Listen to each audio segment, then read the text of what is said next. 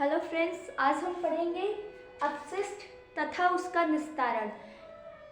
इसके बारे में पढ़ेंगे। तो सबसे पहले कि अपशिष्ट क्या होता है। अपशिष्ट क्या होता है? मनुष्य एवं अन्य जीवों के दैनिक क्रियाकलापों के फलस्वरूप निकलने वाले अनुपयोगी पदार्थ को अपशिष्ट कहते हैं। तो क्या मतलब है इसका? अपशिष्ट किसे कहेंगे हम? जिस चीज़ का हम यूज़ कर चुके हैं और उसका कोई मतलब अब वो खराब हो चुका है तो वो उसको हम कचरा बोलेंगे। जैसे घर से निकलता है कचरा, जैसे कोई बर्तन होता है टूट जाता है, उसका हम उपयोग कर चुके होते हैं, टूट जाता है तो उसके बाद वो अपशिष्ट बन जाता है, मतलब कचरा बन जाता है। तो उसे ही हम क्या कहते हैं? अपशिष्ट कहते हैं। उस कचरे को अपशिष्ट कहते हैं। तो अब देखेंगे कि अपशिष्ट के प्रकार। अपशिष्ट कितने प्रकार के होते हैं? अपशिष्ट को हम 3 प्रकार में बांट देते हैं: ठोस अपशिष्ट, द्रव अपशिष्ट, गैसीय अपशिष्ट। ठोस अपशिष्ट क्या होते हैं? ठोस अपशिष्ट जो होते हैं वो क्या होते हैं? 2 प्रकार के होते हैं। एक तो जैविक, दूसरा अजैविक। जैविक क्या होते हैं? जैसे जैविक घर से जब हमारे क्या होता है, जैसे कि सब्जियों के छिलके और खराब भोजन, जो भोजन बच जाता है, और जीवों का मल जो होता है, ये क्या होता है? जैविक अपशिष्ट होता है। और जो अजैविक अपशिष्ट होता है वो जैसे प्लास्टिक है, टूटे फूटे बर्तन होते हैं, कांच होता है, लोहे की वस्तुएं, धातुओं की अनुपयोगी पदार्थ जो होते हैं वो क्या होते हैं? ठोस अपशिष्ट होते हैं। ठोस अपशिष्ट के अंतर्गत अजैविक होते हैं। तो ये सब क्या होते हैं? ये सब ठोस अपशिष्ट होते हैं। ये टूटे फूटे बर्तन, कांच, धातुएं जो होते हैं वो सब क्या ठोस अपशिष्ट के अंतर्गत आते हैं। द्रव अपशिष्ट क्या होते हैं?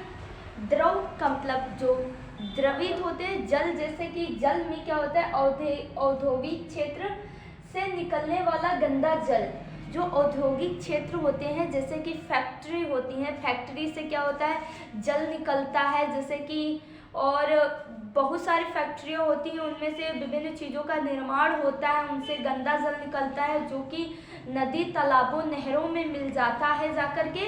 तो क्या होता है? वो भी गंदा हो जाता है। तो औद्योगिक क्षेत्र से निकलने वाला गंदा जल। विद्युत उत्पादन केंद्रों से क्या होता है? जहाँ पे विद्युत का उत्पादन किया जाता है वहाँ से बड़ी मात्रा में क्या होता है? वहाँ से भी जल निकलता है। वो जल भी क्या होता है? अगर उसको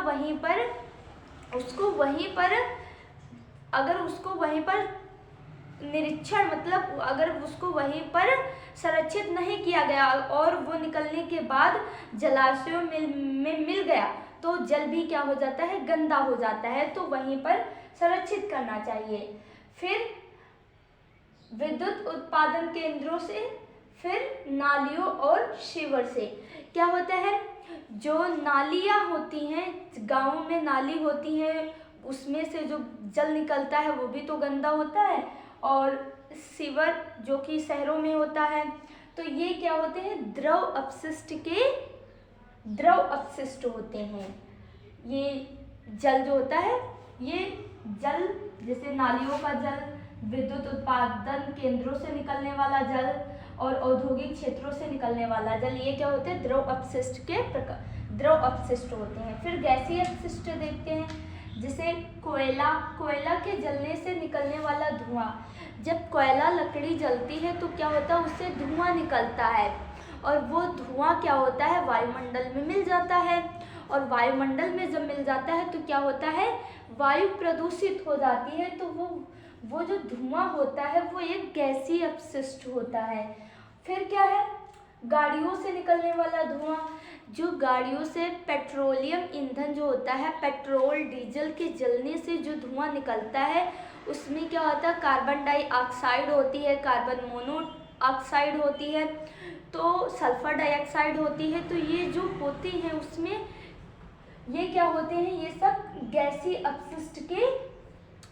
गैसीय अपशिष्ट होते हैं। और जब गाड़ियों से जो धुआं निकलता है वो क्या होता है? वो मनुष्य के जब शरीर के अंदर जाता है, जब हम सांस लेते हैं, गंदी वायु, जब ये एयर पॉल्यूशन हो जाता है, जैसे वायु प्रदूषित हो चुकी है तो क्या होती है? अगर यहाँ पे वायु में गंदगी है तो वो सांस लेंगे तो वो हमारे अंदर भी जाएगी, तो उससे क्या होता है, विभिन्न रोग हो जाते हैं शरीर के अंदर, जैसे चिड़चिड़ापन हो जाता है, बहुत सारे रोग होते हैं जो हो जाते हैं इनके द्वारा। फिर है कूड़ा करकट से दुर्गंध, अगर कहीं पर कूड़ा करकट पड़ा हुआ होता है तो उससे क्या होती है, बदबू आती है, दुर्गंध आती है, तो वो भी क्या होता है, वायु, उससे भी वायु प्रदूषित होती है। फिर है बीड़ी सिगरेट से, धूम्रपान से, कहने का मतलब धूम्रपान से निकलने वाला जो धुआं होता है उससे भी क्या, वो भी क्या होता है, गैसीय अपशिष्ट होता है। तो ये कुछ गैसीय अपशिष्ट है और ये द्रव अपशिष्ट है और ये ठोस अपशिष्ट हैं। और इसमें से क्या होता है, खेतों से जो भूसी डंठल निकलता है वो भी ठोस अपशिष्ट के अंतर्गत ही आता है। तो अब हम देखते हैं, ये अपशिष्ट के प्रकार हो गए। अब हम देखते हैं अपशिष्ट के संग्रह का क्या प्रभाव पड़ता है। तो अपशिष्ट का जो संग्रह होता है उसका प्रभाव देख लेते हैं। भोपाल गैस त्रासदी, दिसंबर 1984 भोपाल की यूनियन कार्बाइड फैक्ट्री में मेथिल आइसोसाइनाइड का रिसाव हुआ था। तो ये एक अपशिष्ट है और इसका क्या हुआ था, भोपाल में रिसाव, मध्य प्रदेश की राजधानी भोपाल में क्या हुआ था, इसका रिसाव हुआ था। इससे कौन सी गैस, तो मेथिल आइसोसाइनेट गैस जो है इसका रिसाव हुआ था यूनियन कार्बाइड फैक्ट्री से। इस गैस ने हजारों लोगों की जान ले ली, इसीलिए इसको क्या हम भोपाल गैस त्रासदी के नाम से जानते हैं। डीडीटी क्या होता है, खेतों में क्या होता है, जब जैसे कि खेतों में कीट जो होते हैं लग जाते हैं, उनको नष्ट करने के लिए हम डीडीटी का प्रयोग करते हैं। तो डीडीटी की वजह से फसल तो उन्नत हो जाती है, लेकिन डीडीटी का जो है ह्यूमन लाइफ पर भी प्रभाव पड़ता है। क्या होता है, उसके कुछ अणु रह जाते हैं तो उसका क्या होता है, मनुष्य के अंदर चले जाते हैं, उस पर भी प्रभाव पड़ता है। तो कुछ देशों ने क्या किया है, डीडीटी का उपयोग बंद कर दिया है। फिर क्या है, एस्बेस्टोस से एस्बेस्टोसिस नामक बीमारी हो जाती है, जो कि किससे संबंधित होती है, श्वसन से संबंधित होती है। किससे संबंधित होती है, श्वसन से संबंधित होती है। एस्बेस्टोस जो होता है उससे एस्बेस्टोसिस नाम की बीमारी हो जाती है। और फिर है पारा, 1950 में जापान की एक रासायनिक फैक्ट्री सिस्को ने पारे को क्या किया था, अपशिष्ट के रूप में फेंक दिया था। पारे को अपशिष्ट के रूप में मिनामाता खाड़ी में फेंक दिया था। किसने फेंका था, तो जापान की एक फैक्ट्री थी जिसका नाम सिस्को था, उसने फेंका था, किसमें, मिनामाता खाड़ी में फेंक दिया था।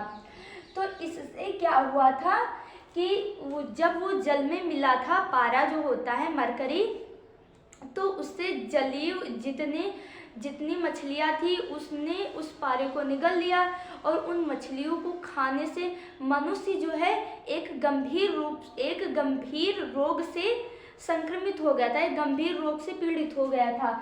उसको हम क्या, मिनामाता रोग कहते हैं। इसमें क्या होता है, यह तंत्रिका तंत्र पर प्रभाव डालता है। कहाँ पे, तंत्रिका तंत्र पर प्रभाव डालता है। तो इससे मिनामाता रोग हो गया था और ये कंपनी जापान की थी। फिर क्या है, अपशिष्ट का निस्तारण। अपशिष्ट का निस्तारण कैसे किया जा सकता है, यानी कि अपशिष्ट को कैसे जो है खत्म किया जा सकता है, इससे कैसे बचा जा सकता है। तो 4R, इसके लिए क्या 4R सुझाए गए हैं। 4R क्या होते हैं, R1 का मतलब होता है रिफ्यूज का मतलब मना करना। जैसे प्लास्टिक है, प्लास्टिक की चीज़ों को क्या उपयोग कम करना और मना करना। जैसे पॉलीथीन होती है, पॉलीथीन का उपयोग मना करना, किसी को खुद काम करना और दूसरों को भी मना करना। हम पॉलीथीन पर ऐसे रोक कर सकते हैं। दूसरा है R2, रेड्यूस, कम करना। जैसे कि अगर हम चाहे तो कम कर सकते हैं, जैसे कि अगर कोई चीज़ होती है जैसे पॉलीथीन होती है, अगर हम एक पॉलीथीन का 3-4 बार प्रयोग कर सकते हैं, और बहुत सी चीज़ें हैं जिनका उपयोग हम कम कर सकते हैं, उनको बचा सकते हैं। तो उससे क्या होता है, रेड्यूस कम करना। फिर पुनः उपयोग करना। पुनः का मतलब होता है जैसे कि कोई ख़राब चीज़ होती है, जैसे कि हम अगर एग्जाम्पल ले तो पेन को ले सकते हैं। पेन को क्या होता है, उसकी जो स्याही जो रिफ़िल होती है वो क्या होती है, अगर ख़त्म हो जाए तो हम दूसरी रिफ़िल को डाल सकते हैं। तो उससे क्या हो गया, उसका हम पुनः प्रयोग, पूरा पेन नहीं ख़राब होगा। अगर आज के समय में देखा जाए तो कितने पेन जो है उनमें रिफ़िल नहीं डाली जाती है, और कितने पेन होते हैं जो ख़राब हो जाते हैं एक बार यूज़ करने के बाद। तो उसको हम दोबारा प्रयोग कर सकते हैं। फिर अगला है रिसाइकल। रिसाइकल का मतलब होता है पुनः चक्रण करना। मतलब कि जैसे घर के जो सामान होते हैं, धातुएं होती हैं, जैसे प्लास्टिक चीज़ें होती हैं, टूट जाती हैं, तो उनको हम क्या करते हैं, उपयोग करने के पश्चात कबाड़ी को दे सकते हैं, जिससे उनका पुनः चक्रण हो सके, वो दोबारा बन सके। तो इससे क्या होता है, हम अपशिष्ट से छुटकारा पा सकते हैं। तो ये कुछ रेड्यूस कम करना, हम इनका उपयोग कम करके भी इनसे बच सकते हैं। और रिफ्यूज़ मना करना, रेड्यूस कम करना, और रीयूज पुनः उपयोग करना, और रिसाइकल मतलब पुनः चक्रण करना। तो ये 4R अपनाए गए हैं। फिर क्या है, ठोस अपशिष्ट का निस्तारण। हम एक बार और देख लेते हैं, ठोस अपशिष्ट का निस्तारण कैसे करेंगे। जो है अपशिष्ट, तो जैसे ठोस अपशिष्ट जो होता है जलाकर, जो अस्पतालों से निकलते हैं, जैसे कि अस्पताल से बहुत मात्रा में जो सामान जो होता है, जैसे कि सिरिंज निकलती है और बहुत सी संक्रमित चीज़ें निकलती हैं, तो उनको हम क्या करते हैं, एक विशेष प्रकार की भट्टी में जलाकर, क्योंकि उनमें क्या होता है, संक्रमण होता है, इसलिए उनको हम जलाते हैं। रुई निकलती, बैंडेड निकलता है, तो उनको जलाकर उनसे छुटकारा पाया जा सकता है। लेकिन हम प्लास्टिक की चीज़ों को, पॉलीथीन को नहीं जलाएंगे, क्योंकि उसको जलाने से क्या होता है, हमारे वायुमंडल में ऐसी गैसें निकलती हैं जिनसे क्या होता है, हमारे जो वायुमंडल है वो पूरा प्रदूषित हो जाता है। तो पॉलीथीन को नहीं, सिर्फ हम अस्पताल की चीज़ों को, जो संक्रमित चीज़ें हैं उनको जलाएंगे। भूमि भरण। भूमि भरण क्या होता है, जैसे भूमि होती है उसमें क्या किया जाता है, गड्ढा किया जाता है और उसके अंदर अपशिष्ट को बंद कर दिया जाता है, ऊपर से अपशिष्ट भर के उसको बंद कर दिया जाता है। तो इससे क्या होता है, भूमि भरण इसको बोलते हैं। फिर है कंपोस्टिंग। कंपोस्टिंग का मतलब है जैसे कि जो जैविक कचरा होता है, जैविक कचरे को हम क्या करते हैं, जैसे छिलके हैं, फल है, इनको, और गोबर है, जैसे कि इनको हम क्या करते हैं, एक जगह पर इकट्ठा कर लेते हैं और 1-2 महीने के बाद क्या करते हैं, खेत में डाल देते हैं, जिससे क्या होती है, जैविक खाद उत्पन्न हो जाती है। तो इसका हम 2 प्रकार से उपयोग कर सकते हैं। एक तो हमारा जो है कचरा खत्म हो गया, दूसरा उससे हमें लाभ भी मिल गया। तो ये क्या, कंपोस्टिंग होता है। फिर द्रव अपशिष्ट का निस्तारण। द्रव अपशिष्ट का निस्तारण कैसे करते हैं, STP, sewage treatment plant. Sewage treatment plant जो होते हैं वो शहरों में स्थापित किए जाते हैं। फिर क्या है, सोक पिट बनाकर, जो गांव होती है, गांव में नालियाँ जो होती हैं, नालियों को एक सोक पिट बनाया जाता है, जहाँ पे जल को क्या किया जाता है, उसका निरीक्षण किया जाता है। तो वहाँ पर क्या किया होता है, वो जो नालियाँ होती हैं उनका जल जो होता है सोक पिट में जाता है। तो सोक पिट बनाकर क्या होता है, हम द्रव अपशिष्ट से छुटकारा पा सकते हैं। फिर गैसीय अपशिष्ट, धूम्र अवक्षेपक लगाकर। धूम्र अवक्षेपक क्या होते हैं, जो धुआं होता है उसमें एक यंत्र लगा दिया जाता है, उसे हम कहते हैं धूम्र अवक्षेपक लगाकर। तो इससे क्या, गैसीय अपशिष्ट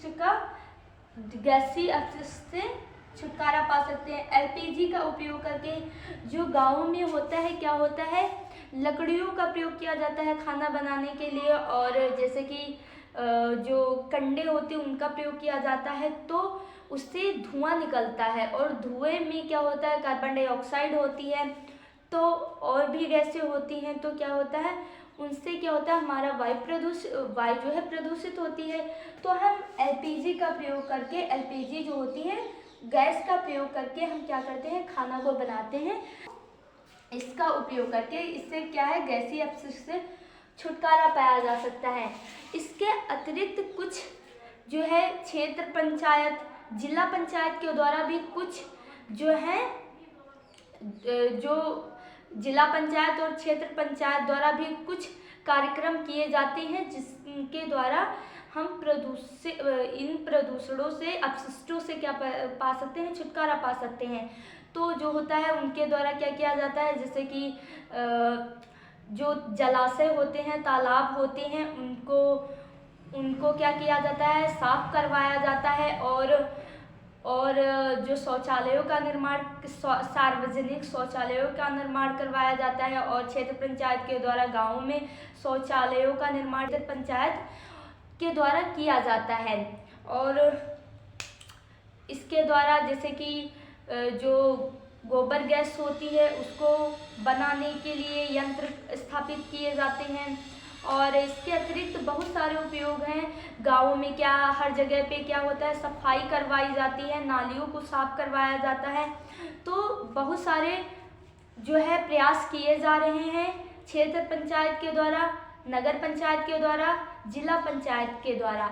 लेकिन ये हम सबकी नैतिक जिम्मेदारी बनती है कि हम सब लोग इस पर रोक करें, क्योंकि जनसंख्या वृद्धि के द्वारा क्या है, अपशिष्ट बहुत ही मात्रा में, क्योंकि चीज़ों की ज़रूरत है तो अपशिष्ट तो बढ़ेंगे ही बढ़ेंगे।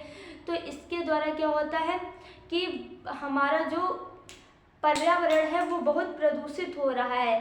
तो अगर हमें हमारी जो आने वाली आगे वाली पीढ़ी हैं उनको अगर स्वच्छ वातावरण देना है तो हमें अपशिष्टों को जो है कम करना होगा। और प्लास्टिक की चीज़ें हैं, जैसे इन अपशिष्टों को क्या होता है, इनका निस्तारण करना होगा, और सही ढंग से हम लोगों को क्या होगा, पर्यावरण को प्रदूषित होने से बचाना होगा। तो सभी